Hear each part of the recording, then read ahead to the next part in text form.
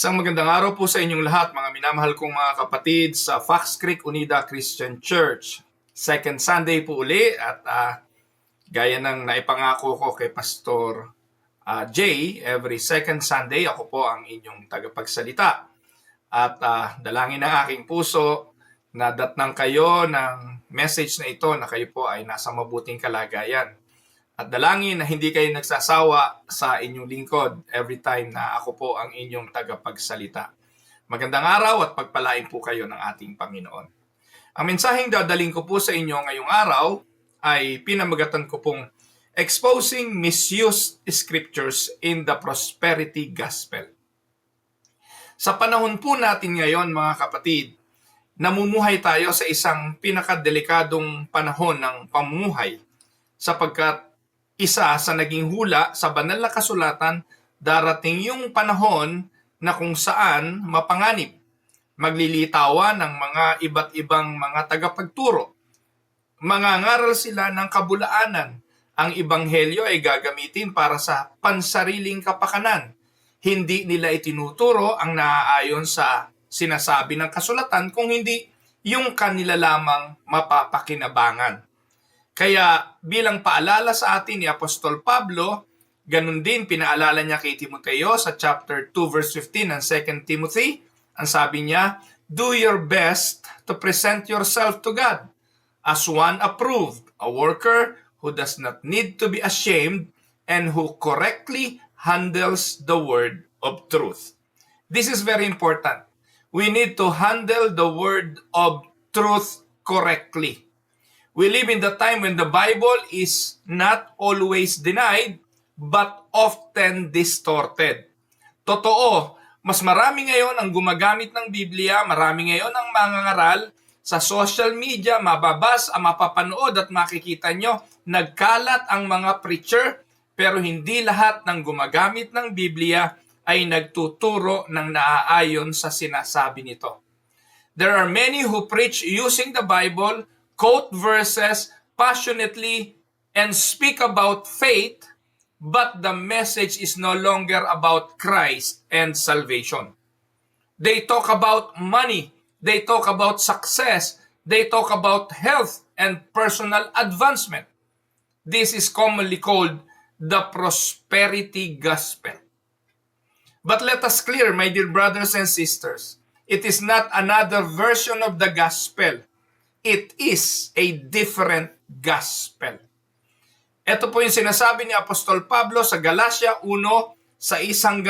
Ang sabi niya, I am astonished that you are so quickly deserting the one who called you to live in the grace of Christ and are turning to different gospel. The Apostle Paul is telling the Galatians that there will be a time that people will propagate false prophet, false teachers, false pastors will propagate a different gospel. Verse 7, which is really no gospel at all. Evidently, some people are throwing you into confusion and are trying to pervert the gospel of Christ. Yes, they use the word, they use the Bible, but they pervert the word of Christ. But even if you are an angel from heaven should preach a gospel different or other than what the disciples and the apostles preach, let them be under God's curse. As we have already said, so now I say again, sabi ni Pablo, if anybody is preaching to you a gospel other than what you accepted, let them be under God's curse. So the danger is not that these teachers use no scripture. In fact, they are using scripture, but they use the scripture out of context. Kaya po sa araw na to, kailangan tayo sumunod sa salita ng Diyos. Let us rightly handling the word of truth. Ipapaliwanag ko po sa inyo ang ilang mga talatang gamit na gamit ng mga Pentecostal, ng mga charismatic, ng mga bulaang pastor na ginagamit ang mga verses na ito ng hindi naaayon sa sinasabi ng banal na kasulatan. Gaya ng binanggit ko, sabi ni Pablo kay Timoteo, 2 Timothy 4:3, "For the time will come when people will not put up with sound doctrine. Instead, to suit their own desires, they will gather around them a great number of teachers to say what their itching ears want to hear." Ganyan na po kasi ang mga tao ngayon eh. Kung ano yung maganda sa pandinig, kung ano yung makakaginhawa sa kanila, kung ano yung mapapakinabangan nila physically, yun ang gusto nilang mapakinggan. The Apostle Paul writing in 2nd Epistle to Timothy, and he warns that false teachers will arise. People will gather teachers who tell them what they want to hear. Kahit kasinungalingan, kahit inuutulang sila, kahit binobola lang sila, ito ang gusto nilang mapakinggan. And that is exactly what we see today. So ano po ang task ng mga tunay na lingkod? Ano po ang task ng mga mangangaral na naninindigan sa katotohanan? Our task is not just to know the verse, but to know what God actually means. Kaya ang batas ng pag-aaral ng Biblia, napaka-importante ng context.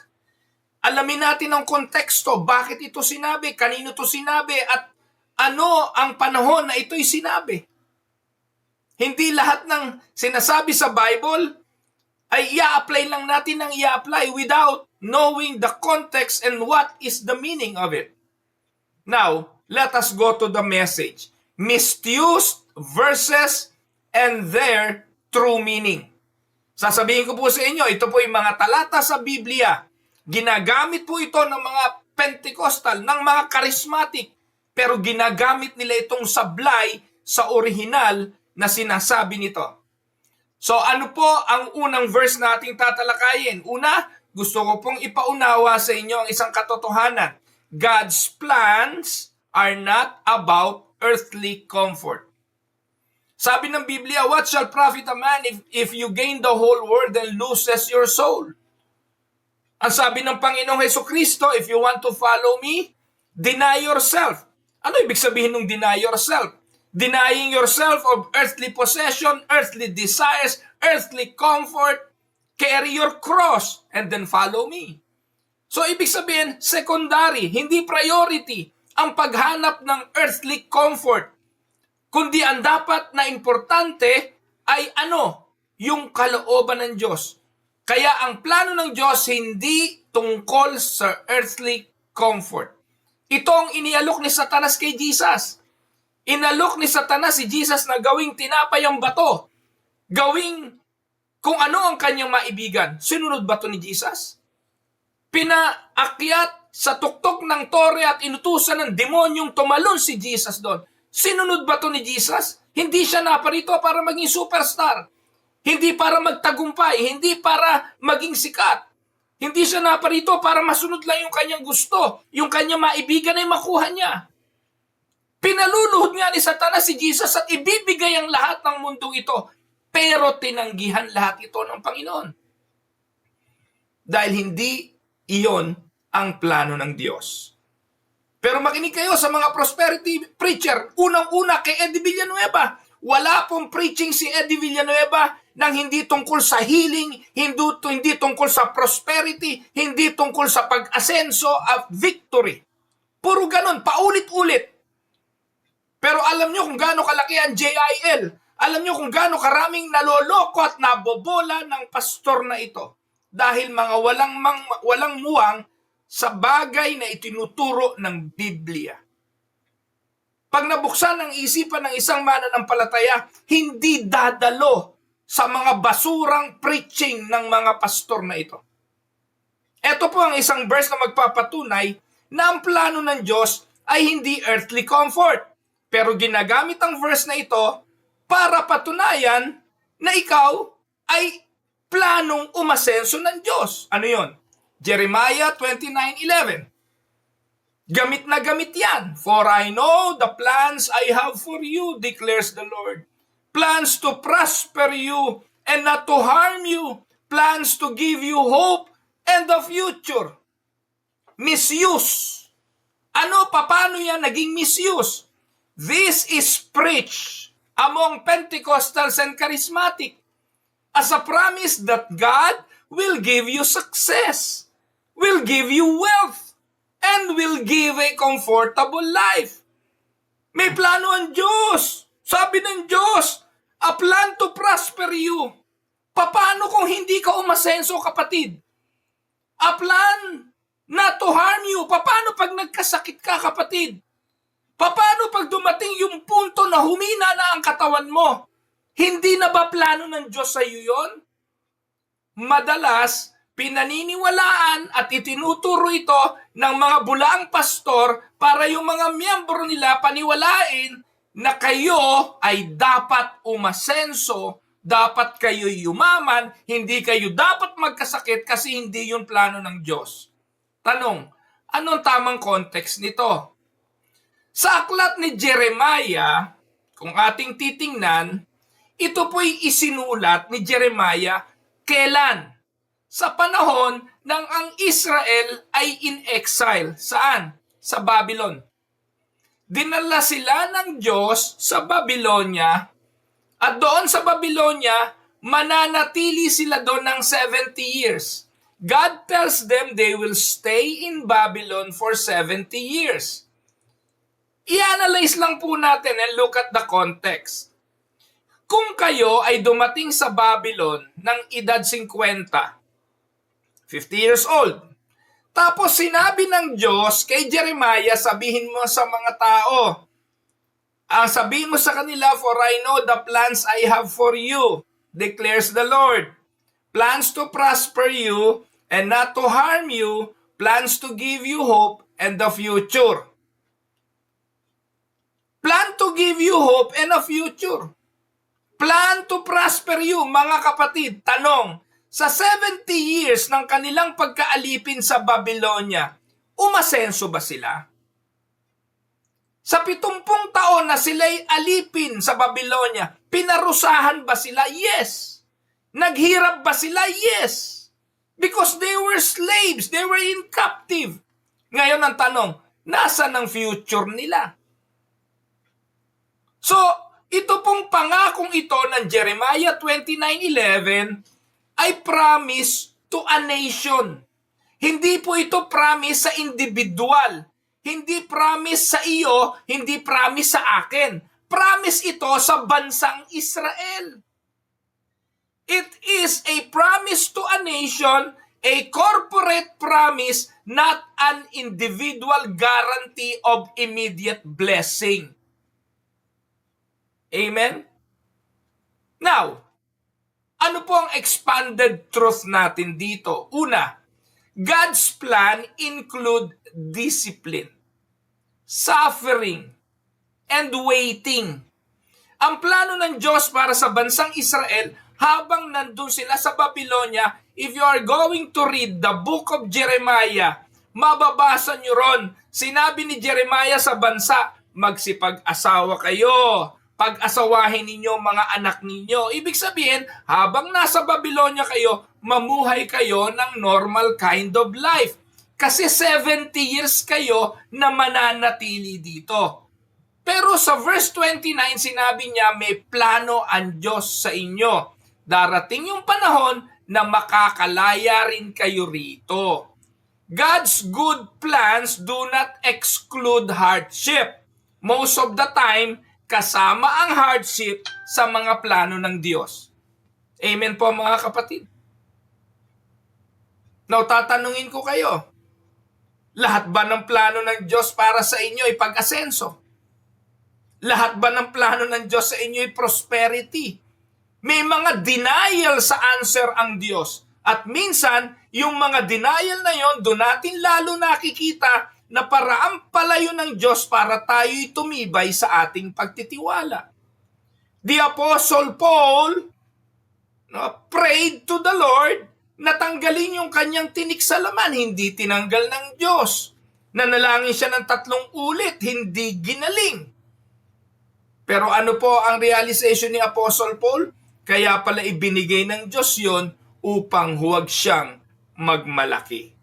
Tandaan mga kapatid, God is faithful to His covenant people, even through suffering, and His ultimate plan is restoration according to His will, not instant prosperity.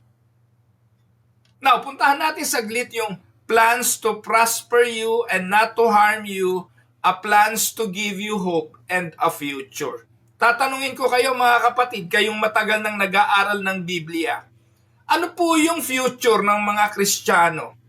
Ano po yung blessed hope ng mga Kristiyano? Ang ating pag-asa ay nasa Panginoong Hesukristo. Ganon din ang bansang Israel. Ang kanilang hinihintay na pag-asa ay dumating na. Iyon ay si Kristo. Yung mga Israelitang nandun ngayon nakikipagdigmaan sa Iran, mga hinihintay at naghihintay pa rin ng darating nilang Mesiyas. Dahil sa katigasan ng kanilang mga ulo, dahil sa kanilang rebelyon, hindi nila nakilala ang tagapagligtas. Ipinakilala na sa kanila ni Juan, "Behold, the Lamb of God that takes away the sins of the world." But they deny Him. They don't accept Him and they rebel against Him. Why? Because they are still waiting for the Messiah na magpapalaya sa kanila sa anumang paghihirap, kahirapan. At yan po mga kapatid, ang gusto ng maraming mga tao ngayon. They want a Christ that will liberate them from poverty. Ang turo ni Eddie Villanueva, ang poverty is a curse. Kaya pag mahirap ka, isinumpa ka. Can you imagine, paano matatanggap yung ganong klase ng pagtuturo?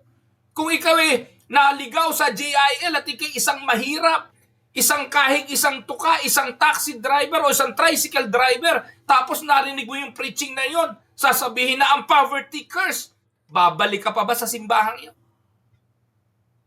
Kaya mga kapatid, huwag kayong magpadaya. Napakaraming mga talata ginagamit para lamang ma-attract ang mga tao sa pangarap na umasenso, sa pangarap na gumaling, pero hindi ganun ang turo ng banal na kasulatan. Kung i-illustrate ko ito, a surgeon cuts before healing. Amen? Yung cutting, sino may gusto na hihiwain? Pero yung cutting, as painful as it is necessary para gumaling. Kung merong kang bukol, kailangan hiwain para lumabas yung bukol. Kung merong linsad na buto, kailangan operahan at ibalik yung buto. Masakit ang hiwain, pero ito ang magtatama. Ganun din ang Diyos. Pinaparanas tayo ng kahirapan, pinaparanas tayo ng problema, pinaparanas tayo ng mga bagay na ayaw natin. Kasi paraan ito ng kanyang pagtatama. Jeremiah 29:11 is not about preaching about wealth or prosperity. It is about God allowing them to be in Babylon, parusahan sa Babylonia. 70 taon para patuloy silang umasa sa Diyos, para patuloy silang magtiwala sa Diyos, kasi ang Diyos naman na ito ay may plano. At ang plano ng Diyos na ito, sa kabila ng kahirapan, sa kabila ng pagdurusa, ay mabuti. Amen? Yun ang context nun. Second, strength in Christ is about endurance and not achievement. Ang kalakasan kay Kristo ay may kinalaman sa ating katiyagaan, sa ating pagtitiis, at hindi sa ating achievement. Philippians 4:13. Ginagamit po ito ng mga pastor na bulaan para sabihin kaya natin ang lahat. Dahil bibigyan tayo ng Diyos ng lakas. Sabi ng talata, I can do all this through Him who gives me strength. Paano to nami-misinterpret? Paano ito nami-misuse? It was used to promote unlimited success. It was used to promote unlimited wealth, unlimited career, victories, or achieving any dream. Si Manny Pacquiao nga nakasulat pa sa kanyang short, I can do all things, Philippians 4:13. Na para bang pag pinanghawakan niya yun, lahat ng kalaban niya sa boxing, patay, tulog. Lahat ng mga Kristiyano, ginagamit ito sa negosyo na para bang magtatagumpay ang negosyo, Philippians 4:13. Para magtagumpay sa lahat, sa pag-aasawa, Philippians 4:13. Pero ano ba context nito? Let us look at the context. In Ephesus to the Philippians, Paul is hungry. Paul is imprisoned. Paul is suffering. Ngayon mga kapatid, kung ia-apply yung paniniwala ng mga Pentecostal sa kalagayan ni Paul, nasaan ngayon yun? Hindi ba kaya hiniling ni Paul na kaya niya ang lahat? He can do all things in order to surpass hunger, to surpass imprisonment, to surpass the suffering. Bakit po binanggit ni Pablo yung Philippians 4:13? The Apostle Paul speaks of being content in lack of the abundance of life. Sa kabila nung naghihirap, sa kabila nung nabilanggo, sa kabila nung nagugutom, sabi ni Paul, kaya kong pagtagumpayan ito Hindi dahil sa lakas ko, kundi sa lakas na kaloob ni Kristo. Amen? Expanded truth. This verse is not about achieving dreams, but about enduring trials. Ang lahat ng bagay ay magagawa ko sa lakas na kaloob ni Kristo. Ang pakikipaglaban ay sa mga pagsubok ng buhay. Hindi boxing, hindi negosyo, hindi ko anumang may kinalaman sa material na bagay. Christ gives strength to endure all circumstances and not to achieve all ambitions. Tandaan ninyo mga kapatid, kung nasa kahirapan, pagdurusa o naman suliranin, sapat ang biyaya ng Diyos para mapagtagumpayan ito. Ang Philippians 4:13 nagsasabi, I can do all things through Christ to give me strength. Ang context, enduring trials. Hindi ambisyon. Hindi yung mga gusto mong mangyari. Kung hindi, para mapagtagumpayan ang mga pagsubok ng buhay. Kaya in applications, Christ strengthens you not to become rich. Christ strengthens you to remain faithful when life is hard. Amen? Ibinibigay ito ng Panginoon. Kaya yung perseverance of the saints, nakakapag-persevere lang tayo because of the strength that Christ provide. Kaya natin nagagawang magtagumpay sa mga pagsubok, pagdurusa, dahil sa lakas na kaloob ni Kristo. Hindi ambisyon sa buhay. Amen? Pangatlo, God is not a financial investment system. Usong-uso ito na para bang ang Diyos ay investment. May investment ba kayo mga kapatid? RRSP, TFSA o kung anuman. Di ba pag nag-invest ka, meron tubo. At gustong-gusto natin yon. Siyempre, wala namang taong mag-i-invest na gusto, maliit lang ang tubo. Kaya gusto natin, pag nag-invest tayo, malaki. Ganito rin ang pananaw natin sa Diyos. At ano ang ginagawa nating investment? Minsan, ginagamit nating investment yung, Lord, maglilingkod ako sa iyo, sagutin mo to. Lord, susunod ako sa iyo, bigyan mo ako ng ganito. Di ba? Binabargay natin sa Diyos. At ito isang talata. Malakay 3:10. Bring the whole tithe into the storehouse, that there may be food in my house. Test me in this, says the Lord. And see if I will not throw open the floodgates of heaven and pour out so much blessing that there will not be room enough to store it. Ang galing dyan ng mga Pentecostal para mang-scam ng mga tao. Ibigay mo, tithes mo. Bubuksan ng Diyos ang pintuan ng langit at babaha ng biyaya sa iyo. Ano po ang maling paggamit ng talatang ito? Ito po ay claim, if you give money to God or any ministry, He will multiply it financially. Sablay. Hindi ganon. Ang context niyan, ang aklat ni Malakay ay book of Malakay addresses Israel under the Old Covenant. The promise is tied to covenant blessings for national obedience. Ang buong bayan, kapag sumunod sa Diyos, binigay yung kanilang ikapo sa Old Covenant, pagpapalain ng Diyos. Hindi naman talaga sila pababayaan. But if we are going to look at the expanded truth of it, giving is an act of worship. Hindi ito business transaction. Hindi dapat na kaya ka magbibigay dahil umaasa ka ng pagbalik ng pagpapala. Mali. Bakit tayo nagbibigay? Kaya tayo nagbibigay kasi pinagpala na tayo. Amen po ba? Hindi ka magbibigay dahil umaasa ka na babalik yung ibinigay mo, siksik, liglig, umaapaw. E di panunuhol, kaya ka nagbigay. E di investment, kaya ka nagbigay.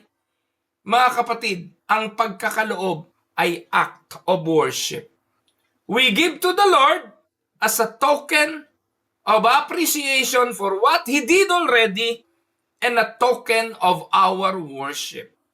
While God blesses generosity, this is not a guarantee of financial return under the new covenant. Bagamat pinagpapala talaga ng Diyos ang pagiging generous, pero sasabihin ko sa inyo, hindi ito garantiya ng financial return. Amen? And to illustrate this, mga kapatid, nangyari. Ayan. So, para illustrate ito, a child gives a gift to his father. Hindi para ibalik sa kanya ng tatay yung gift. Pero ginagawa ito ng anak out of his love to his father. Because the father is the source of everything na meron siya. Ganon din tayo sa Diyos dapat. Nagbibigay tayo sa Diyos, hindi para doblehin ng Diyos ang allowance natin, hindi para doblehin ng Diyos ang pagpapala sa atin, kung hindi dahil mahal natin siya. Amen? So give generously, but not to manipulate God. Lord, bibigay ko tithes ko pero balik mo sa akin yan threefold. Anong klase yun? Ganun po ang turo ng mga pastor Magbigay kayo, subukin nyo ang Diyos. Sabi kay Malakay, subukin natin. Maling prinsipyo. Out of context. Misused ang scripture. Susunod, pang-apat, in terms of prayer. Prayer is according to God's will, not ours. Pag tayo magdarasal, ang ating pag-aaral tungkol sa pagdadasal, mananalangin tayo ng ayon sa kalooban ng Diyos. Amen po ba doon? So praying is according to God's will. Hindi atin. Pero ang Mark 11:24, ano po ang sabi dyan? Therefore I tell you, whatever you ask for in prayer, believe that you have received it and it will be yours. Gamit na gamit po yan. Sasabihin ni Eddie Villanueva, therefore I tell you, whatever you ask in prayer, believe that you receive it and it will be yours. How it's misused. Itinuturo po nila that faith guarantees whatever you ask. If you have faith, you can ask for wealth. If you have faith, you can ask healing. And you can ask success. Mga kapatid, hindi ganon. Hindi po tayo nananalangin para pilipitin ang kamay ng Diyos na ibigay ang gusto natin. Kaya hindi tayo naniniwala dun sa mga claim and declare kinds of prayer. Hindi tayo naniniwala doon sa utusan mo ang Diyos. I-command mo or i-manifest mo. Bakit? Kasi ang tamang panalangin na itinuro ng Panginoon ay panalangin ayon sa kanyang kalooban. Ama namin, sumasalangit ka, sambahin ang ngalan mo. Gawin nawa ang iyong kalooban dito sa langit para na rin sa lupa. Ibigay mo sa amin ang aming kakanin sa araw-araw. Patawarin mo kami sa aming pagkakasala. Pagkatapos, not our will but your will be done. Hindi po ba? Ano ang correct meaning nito? The correct meaning, prayer, in the book of Mark, in the Gospel of Mark must be read with una, God's will. 1 John 5:14. Pangalawa, right motives, James 4:3. Sa pananalangin natin at pakikipag-usap sa Diyos, anuman ang ating hihilingin, may dalawang prinsipyo. Una, dapat sa kalooban ng Diyos. Pangalawa, tamang motibo. Ang correct meaning ng talatang yan, prayer is powerful, but it always subject to God's will, not our desires. Opo, makapangyarihan ng prayer. Ang sabi diyan, therefore I tell you, whatever you ask in prayer. So anuman, pwede nating hilingin sa Diyos. Anuman ang ating gustong mangyari, but it will always be subject to God's will, not our desires. And take note mga kapatid, faith is not forcing God to obey you. It is trusting God when He says no. Ibig bang sabihin kapag hindi nangyayari gusto mo, mahina faith mo? Ganun po ang turo ni Eddie Villanueva. Pag hindi gumaling, mahina faith mo. Pag hindi ibinigay, mahina ang faith mo. Kasi nga, yun ang turo nila sa talatang yan. Pero hindi. Faith is not forcing God to obey you. It is trusting God when He says no. Kaya true prayer says, not my will, but your will be done. Amen? Panlima. The atonement guarantees salvation, not earthly health.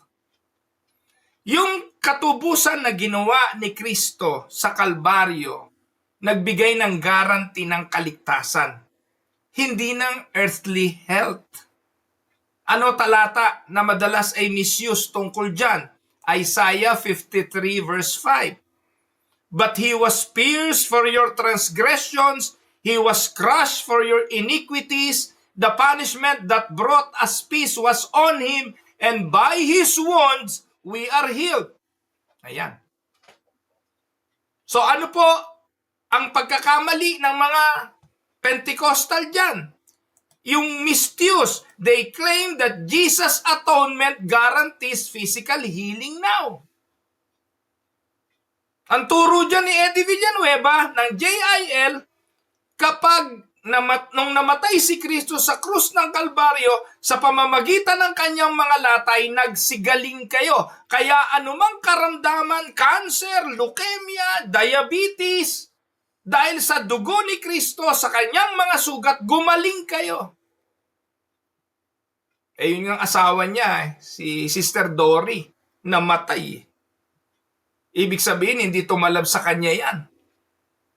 Kasi nga kasinungalingan yung teaching na yon. Hindi yun totoo. Ang context po ng talatang yan, mga kapatid, yung book of Isaiah 53 is about sin. It's about spiritual healing and not about physical healing. Ang sinasabing gumaling tayo, mga kapatid, ay sa espiritual. Dahil nung tayo makasalanan pa, alipin tayo ng kasalanan, at tayo'y may karamdamang espiritual. Ang ibang translation nga at ibang sa ating ang teaching, hindi lang may sugat Hindi lang may sakit, patay. At ang kailangan natin, kagalingan. At ang kagalingan yon nanggaling sa latay ni Kristo. Espiritual, hindi pisikal. At kinonfirm ito ng 1 Peter 2:14. Ang binabanggit po doon, healing from sin and not primarily sickness of the body. Amen? Kaya ang correct meaning niyan, Christ's death secures spiritual healing, salvation. Hindi physical healing. Amen? Kaya madalas, gamit na gamit yan. By His wounds, you are healed. Gagamitin pa yan sa mga prayer rally. Papatungan ng kamay isang kapatid na may sakit. I-claim, by His wounds, you are healed. Spiritual yon mga kapatid. Hindi physical. Illustration. Even faithful believers will suffer sickness and they even die. Yung mga tapat na mananampalataya, nagkakaroon din ng karamdaman na minsan humahantong sa kamatayan. Si Pablo nga po, example niyan, di ba? Ginamit na natin example. Nagkaroon siya ng tinik sa laman, ipinanalangin. Hindi gumaling So kahit gaano tayo katapat sa paglilingkod, si Job. Imagine niyo si Job, lahat na halos ng pagdurusang naranasan ng tao, naranasan niya. Mula ulo hanggang talampakan, meron siyang sugat. Paano natin pangahawakan? Our hope is not temporary healing, but eternal resurrection. Amen? Panganim, abundant life is spiritual and not material. Ang kasaganaan ng buhay ay spiritual. Buhay spiritual at hindi material. Ang gamit na gamit, John 10:10. The thief comes only to steal and kill and destroy. I have come that they may have life and have it to the full. Misuse, abundant life equals wealth, luxury, and success. Mga kapatid, ang Gospel of John, Jesus contrasts himself with false shepherds. Gospel of John refers to eternal life, spiritual fullness in Christ. Yan po ang itinuturo. Hindi po physical well-being, hindi abundance in material wealth, and abundance in physical health.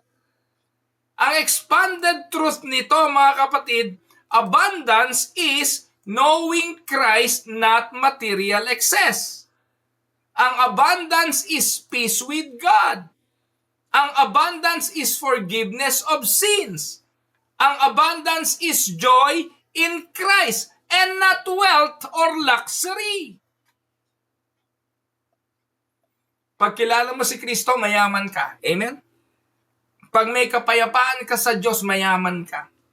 Pag pinatawad ang kasalanan mo, mayaman ka. Pag may kagalakan kay Kristo, mayaman ka. Pero kahit pinakamahirap ka sa material na yaman, mayaman ka kay Kristo. Dahil naparito si Kristo, hindi lang para magbigay ng buhay, kundi kasaganaan ng buhay.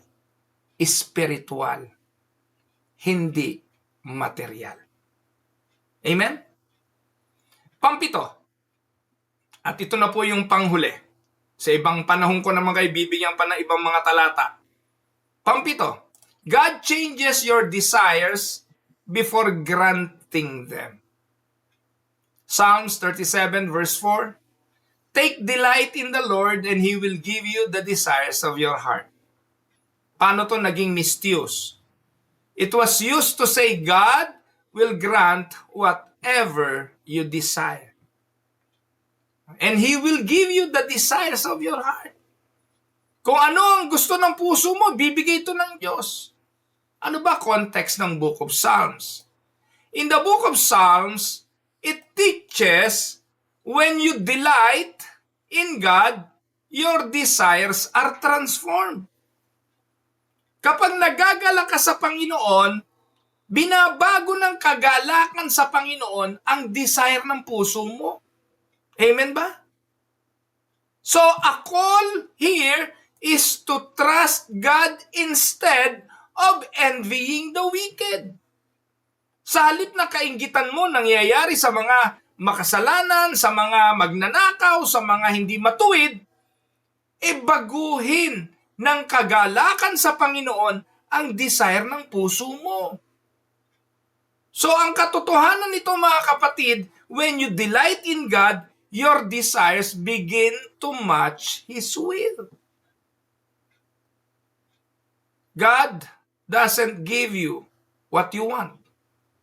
He changes what you want. Yun ang prinsipyo. God doesn't just give you what you want. He changes what you want. And He aligns what you want to His particular will.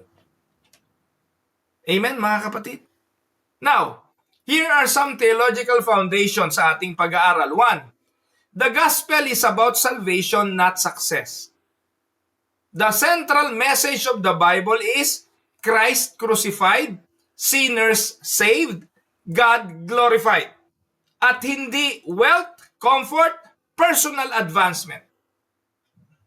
Ang mensahe ng Ebanghelyo'y kaligtasan, hindi pagtatagumpay, hindi kayamanan, hindi kalusugan ng katawan.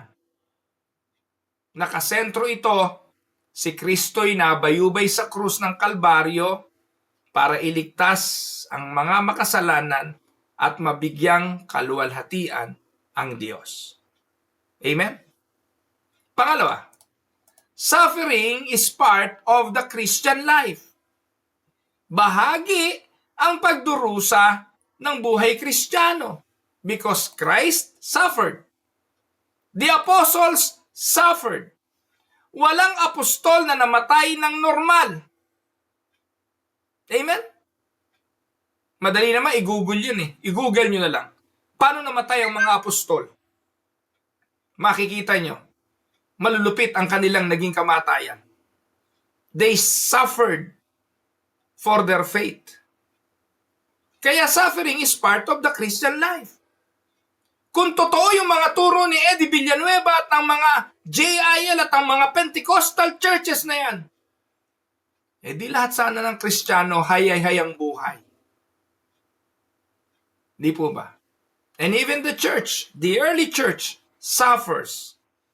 Philippians 1:29, ano sabi? It has been granted to you. It was granted, given, to suffer for Christ. Kaya the prosperity gospel removes suffering, but in doing so, removes true Christianity. Amen? Pangatlo, the true blessing is found in Christ alone. Ephesians 1:3 says, we are blessed with every spiritual blessing in Christ. And to that I say amen. Sabi ni Pablo sa mga taga-Epeso, pinagpala tayo ng lahat ng spiritual blessing. The greatest blessings are spiritual. The greatest blessings are justification, adoption, sanctification, and eternal life. Amen? Mga minamahal kong mga kapatid sa Fox Creek Unida Christian Church, you can have the Bible, the right one. You can have the right verses, but the wrong meaning. Tama? You can have the good translation of the Bible. You can read the right verses. Wala namang mali dun sa mga verses na binasa natin. Ang mali ay ang interpretation. And when the scripture is twisted, people chase blessings instead of Christ. People trust promises God never made. And people fall away when suffering comes. Imagine someone gives you a letter from a loved one, but someone else changes the words. The message looked the same, but the meaning completely different. That is what false teachers do with the scripture. Amen, mga kapatid? Kaya ano dapat gawin bilang application? Una, be a careful student of the word. Maging maingat na estudyante tayo ng salita ng Diyos. Itanong natin, sino ba ang nagsasalita? Intindihin natin kung sino writer, sino yung nagsasalita. Para kanino ba to sinabi? To whom the verses was said to or intended to. And what is the context? Second, test every teaching. Gumaya tayo sa mga taga-Berea sa Acts 17:11. The Bereans examined the scriptures daily. Suriin ninyo ang banal na kasulatan. Araw-arawin ninyo ang pagbabasa. Alamin ang kahulugan ng mga talata. Pangatlo, pursue Christ, not prosperity. Do not come to God for just money, success, and comfort. Always come to God for forgiveness, for salvation, for Himself. Amen, mga kapatid. At panghuli, pang-apat, trust God even in suffering. Ang totoong pananampalataya ang sinasabi, even if God does not give me what I want, I will still trust Him. Amen? So bilang konklusyon ng ating pag-aaral ngayon, mga minamahal, the greatest danger is not that you will reject the Bible, but that you will believe a distorted Bible. So let us return to the true gospel. Ano yung true gospel? Christ died for sinners, Christ rose again, and Christ is enough. Bilang final exhortations, do not measure God's love by your wealth. Hindi nasusukat ang pag-ibig ng Diyos sa dami ng pera mo sa bangko, sa ganda ng kotse mo, sa laki ng bahay mo, sa dami ng iyong mga kasuotan. Do not measure God's favor by your comfort. Measure everything by the cross of Christ. Why? Because at the cross, we see not prosperity, but sacrifice. Not comfort, but redemption. And yet, that is where true life begins. Amen? For a reflection questions, have I ever believed promises that God never actually made? Do I seek God for who He is or for what He can give me? How do I respond when suffering comes into my life? At panghuli, am I handling Scripture carefully and faithfully? Tayo po'y saglit na tumungo, tayo po'y manalangin. Sa oras na ito, aming Panginoon, dalangin ko ang aking mga kapatid sa Fox Creek Unida Christian Church. Turuan mo silang tumibay at magtiwala sa iyong mga salita, sa mga aral na kanilang naririnig.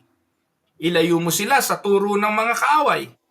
Ilayo mo sila sa panghahawakan sa mga bagay na material. Turuan mo silang hanapin lagi ay ang iyong kalooban. Samahan mo si Pastor Jay, si She, ang kanilang sambahayan, at ang bawat sambahayan ng Fox Creek Unida Christian Church. Lord, sa iyo po ang lahat ng papuri. Ito po ang aking dalangin sa pangalan ng Panginoong Hesus. Amen. Pagpalain po kayo ng Panginoon, mga kapatid, hanggang sa second Sunday uli, ito ang inyong lingkod, si Pastor Ruel. God bless.